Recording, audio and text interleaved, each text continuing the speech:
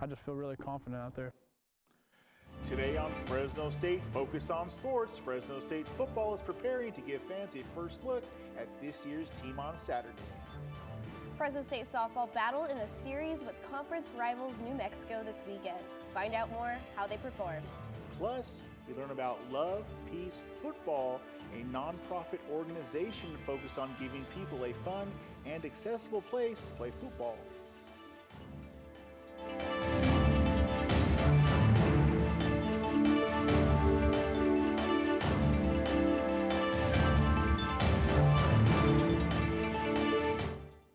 Hello and welcome to Fresno State Focus on Sports. I'm Alexis Parra. And I'm Jerry Hawker. It's NFL Draft Week, and the Raiders are looking for redemption almost 20 years after Jamarcus Russell. The Las Vegas Raiders have the #1 pick this season and are expected to draft Indiana QB Fernando Mendoza. Maybe a contentious pick given the team just signed Kirk Cousins as quarterback last week. But now it looks like Cousins will take on a mentor role for this season and likely show rookie Mendoza the ropes.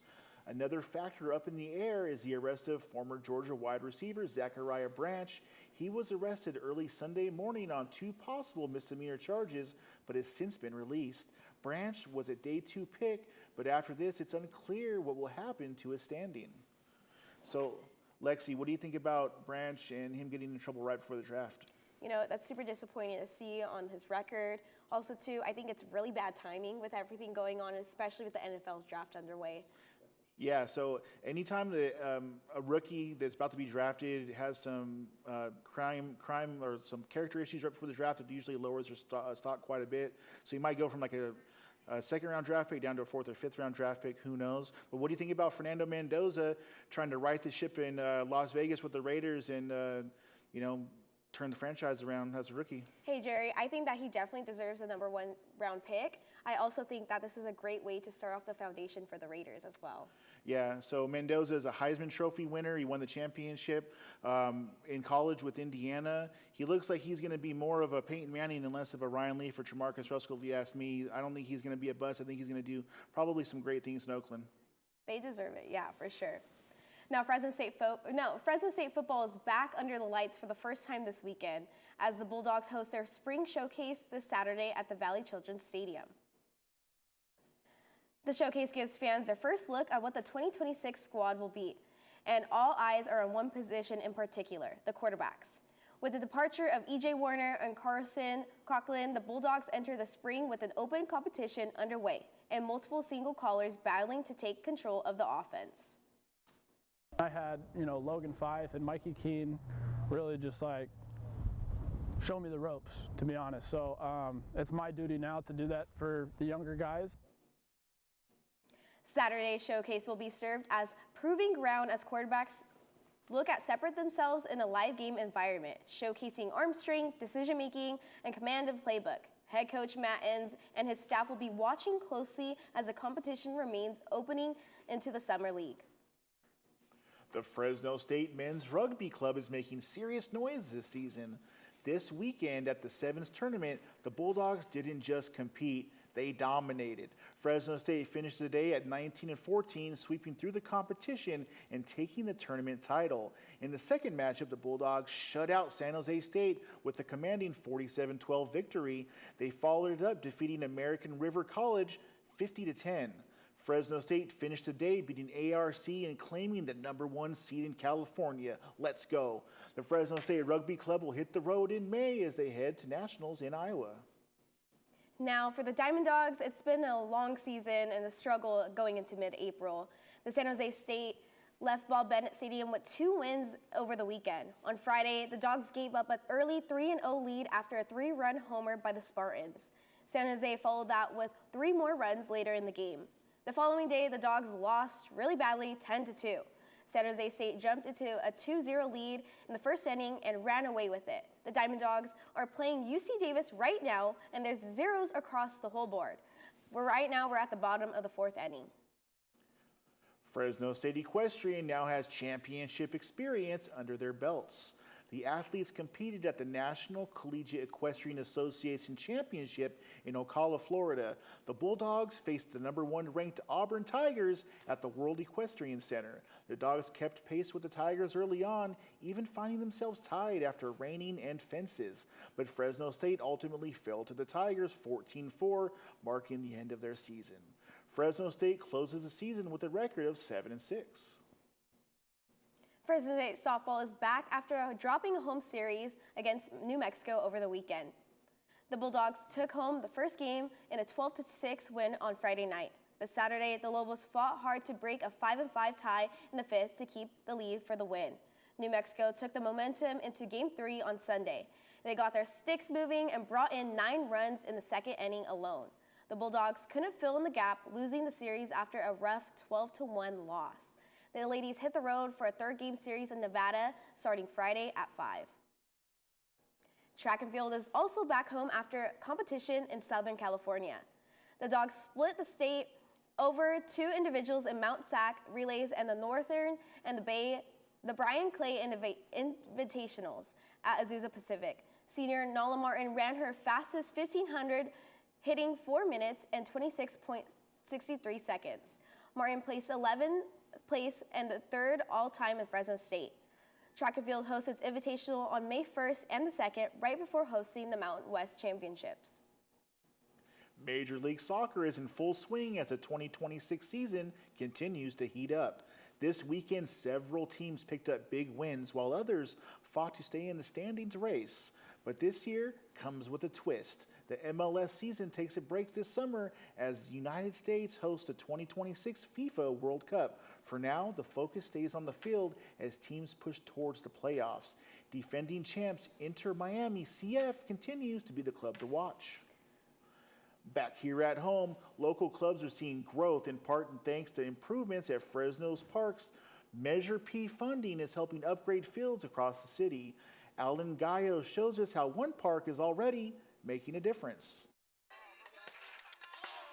Love Peace Football is a nonprofit organization that aims to provide a safe and accessible space for people to come play futsal. One of the things that LPF prides himself in is just kind of providing a free open space for the community. Although LPF began more than 10 years ago, in 2018, Measure P became their main contributor in their growth. The measure sets aside 3/8 of every cent towards improving parks, trails, and community spaces. People have been playing at tennis courts, since way back. So for sure, the city of Fresno offering these new futsal courts, opening up throughout the city, has helped a lot. Just like Love, Peace, and Football is bringing people that love football together, this multi-sport court that is opening all over Fresno brings other people from other sports like pickleball, tennis, and even basketball. And that's something that's amazing for the community. Obviously, it's paying off. Todos los jugadores sabemos que desde el momento que pisamos una cancha, nuestra mente se libera. Tenemos 90 minutos para disfrutar. From physical to mental benefits, LPF is making a difference in people's overall well-being for no cost. You can pay to go to clubs, you can pay to play pickups everywhere, and the difference that Love, Peace, and Football provides to the community is that you can come here, they will give you everything, you just play, you have fun. Love Peace Football is taking advantage of these park improvements, showing what the full potential of these investments has created. From Northwest Fresno, Alan Gallo, Fresno State Focus. Roding Park will be the latest park to receive improvements. Soon, the park will have 4 pickleball courts and 2 multi-sport courts for basketball and football. Love Peace Football shows up weekly for their supporters. Alan Gallo is sitting down with the founder to share what it's taken to find this growth. Thank you, guys. I'm here with Love, Peace Football's founder, Pedro Navarro Cruz. And later today, you're actually going to be hosting a pickup, That's right. How are you feeling right now? I'm feeling great, feeling excited. As you mentioned, there's some improvements coming at Roding Park. Also, actually down the street at Vinland Park too, futsal court and a few pickleball courts as well. So just super excited for what's coming to Fresno. Well, clearly you're passionate and you're driven. It's been more than a decade since you started this. And what were the conditions like when you first started? So when I first started, honestly, it felt like talking to a wall. We've been pushing as hard as we were pushing now, and it didn't go anywhere, but luckily we never gave up. We continued pushing, and Measure P finding its way into what's now implemented with the city of Fresno, it's just really opened up a lot of doors for us. Measure P, it's been like a helping hand right next to you guys, right? Now, why are these upgrades to this park super important for your community? It's super important. Like any improvement, really, as we know, there's in this country we struggle with a lot with high obesity rates and just a lot of negative things that are out there in our communities. But parks provide a safe space where a lot of great things can happen, activity, and in particular for us, like the angle of advocating for football here in Fresno, it's a special one for us because we know how popular our sport is in the city. It's super popular, right? And today, tell the people what you guys are doing today before I let you go. So today we have a pickup at Romaine Park, which is on 1st and Belmont. We're having a pickup from 7:30 to 9:30. It's open to everybody, men, women, youth, teens. And yeah, just come out. It's on grass today. We're playing on grass. I hope to see you guys there. I know I'll definitely join you guys. Pedro, thank you so much for your time. Thank you so much for having me here.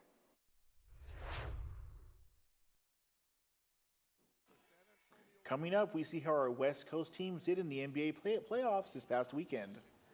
Plus, Fresno State women's tennis hosted a special night before heading into postseason. All that and more after the break. I got the bulldog spirit up in my head. Up in my head. Up in my head. I got that bulldog spirit up in my head. Up in my head to stay. I got that bulldog spirit deep in my heart. Deep in my heart. Deep in my heart. Got that bulldog spirit deep in my heart. Deep in my heart to stay. I got that bulldog spirit down in my toes. Down in my toes. Down in my toes, I got that bulldog spirit. Down in my toes, hey! Down in my toes to stay. I got that bulldog spirit. Up in my head, deep in my heart. Down in my toes, I got that bulldog spirit. All over me to stay. I got that bulldog spirit. Deep in my heart.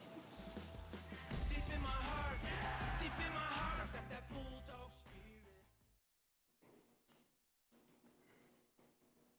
Now to the NBA, our West Coast teams are starting the playoffs with split results.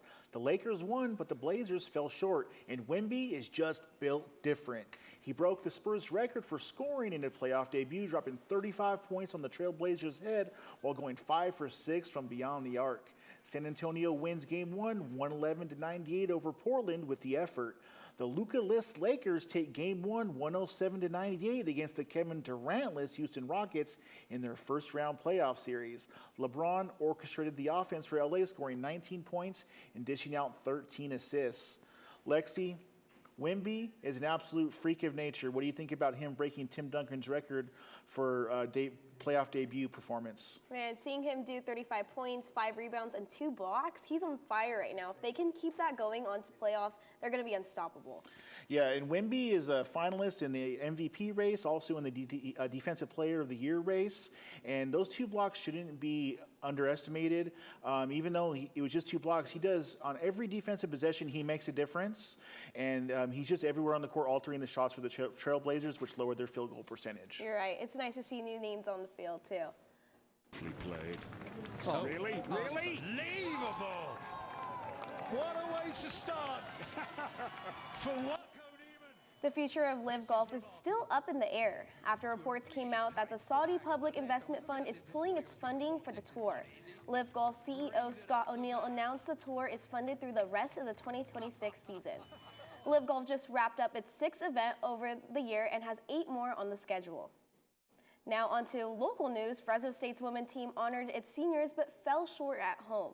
The Bulldogs dropped a 4-1 match to San Jose State at the Spalding G. Wathen Tennis Complex. Fresno State falls behind early and San Jose State claims the double points. In singles, Eliza Dunbar put the Bulldogs on the board with 2 straight sets wins on the court for 4. But the Spartans take control, winning 3 more single matches to clinch the team victory. 2 matches go unfinished after the San Jose State closes it out. The Bulldogs now bounce back to a close regular season. The women's tennis regular season is over and the postseason is here. The 2026 Credit Union 1 Mountain West Women's Championship Tournament starts this Wednesday. Our Bulldogs are looking to upset everyone coming in as a 12 seed, beginning with our first round opponent, the 5th seed Grand Canyon. And that's your Focus on Sports. We'll see you on Wednesday for our Fresno State Newscast. Goodbye.